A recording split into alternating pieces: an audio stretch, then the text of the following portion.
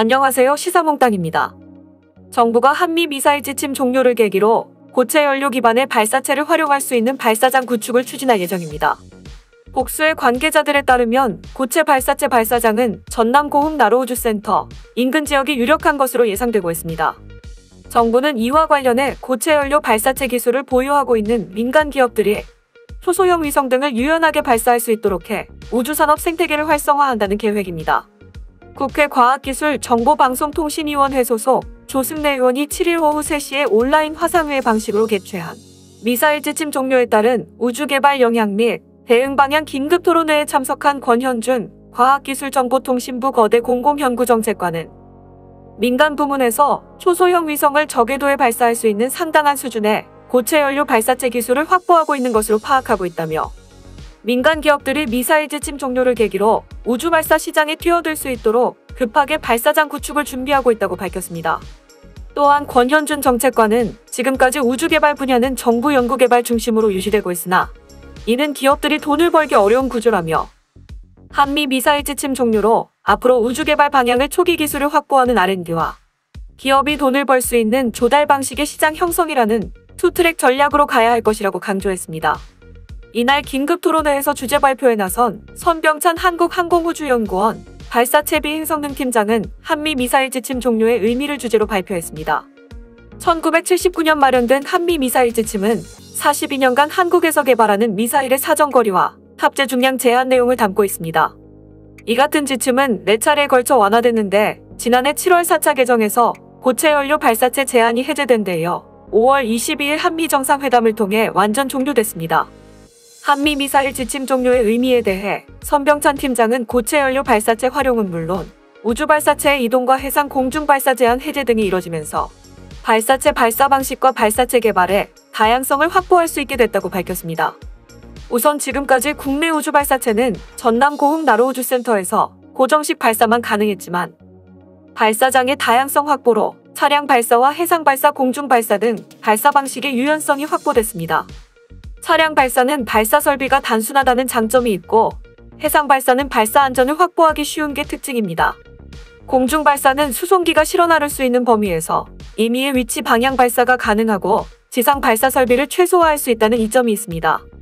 이날의 온라인 화상회의에서의 이야기를 종합하면 고체 발사체 시험과 발사장은 나로우주센터 인근의 건설이 추진될 것으로 예상되고 있습니다. 발사체 개발의 다양성도 확보됐습니다. 고체 연료 발사체를 무제한 사용 가능해지면서 우주 개발 생태계를 활성화할 수 있는 기반이 마련된 것입니다. 선병찬 팀장은 지금까지는 고체 연료 기술 자체가 군용으로 개발돼 민간에서 활용하기가 쉽지 않은 상황이 지속됐다며 다양한 주체가 다양한 발사체를 다양한 방식으로 발사 가능해질 것이며 액체 엔진 기반의 중대형 누리호의 성능을 높일 수 있는 고체 연료 기반의 보조 부스터로도 활용이 가능할 것이라고 설명했습니다.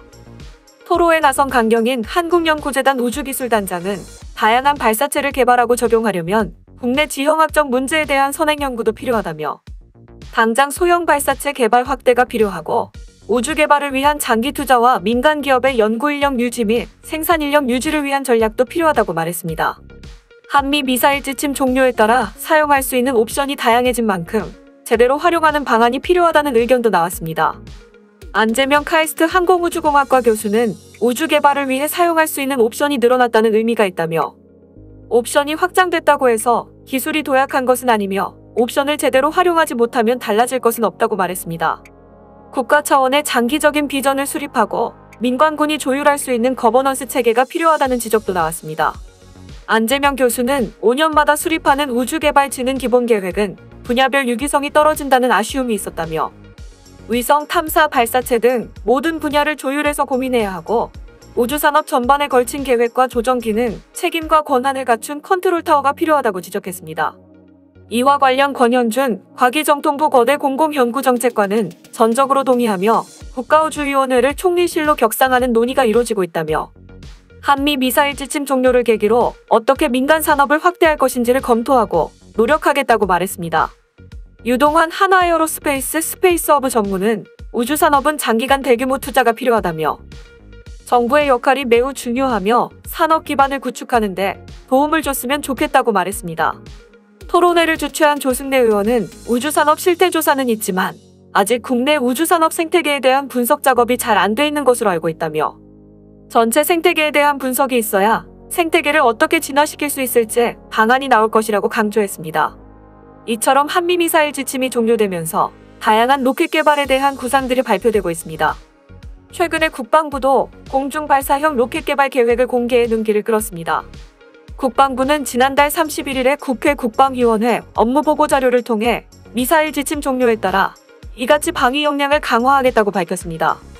국방부는 업무보고 자료에서 미사일 지침 종료와 관련해 우리 군 주도의 방위 역량을 보다 강화할 수 있도록 전력체계 등을 보완, 발전하겠다고 밝혔습니다.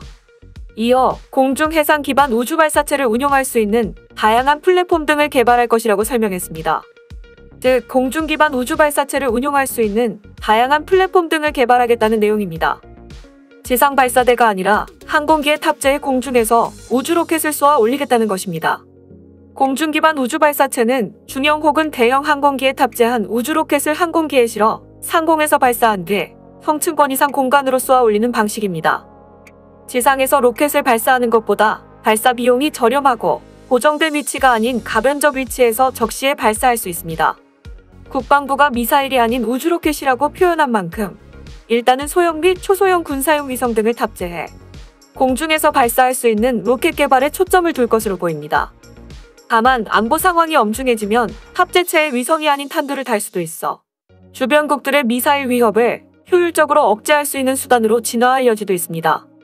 그럼 과학기술정보통신부가 아닌 국방부가 우주로켓 플랫폼 개발에 나서려는 까닭은 무엇일까요? 이는 주변국들의 미사일 도발 여부를 정밀 감시하고 유사시 신속히 예방적 타격을 가하거나 반격 차원의 강력한 응징을 하기 위한 다목적 카드로 풀이됩니다.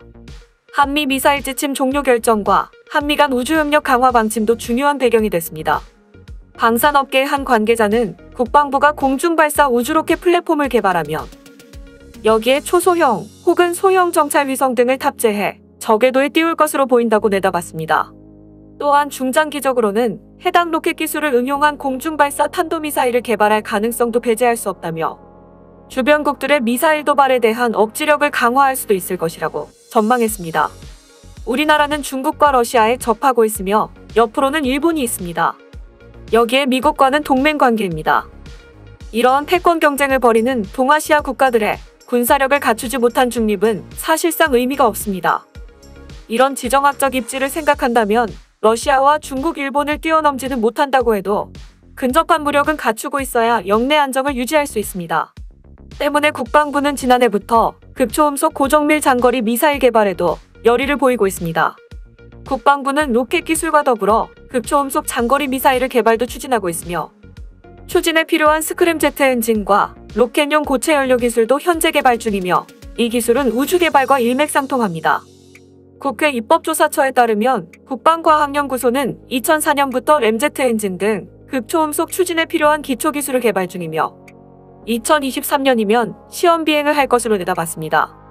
어쨌든 이번 한미미사일 지침의 종료로 우리나라는 그동안 불가능했던 여러 종류의 로켓을 개발할 것으로 보이며 동시에 주변국에 대한 상당한 억지력도 갖출 것으로 보입니다.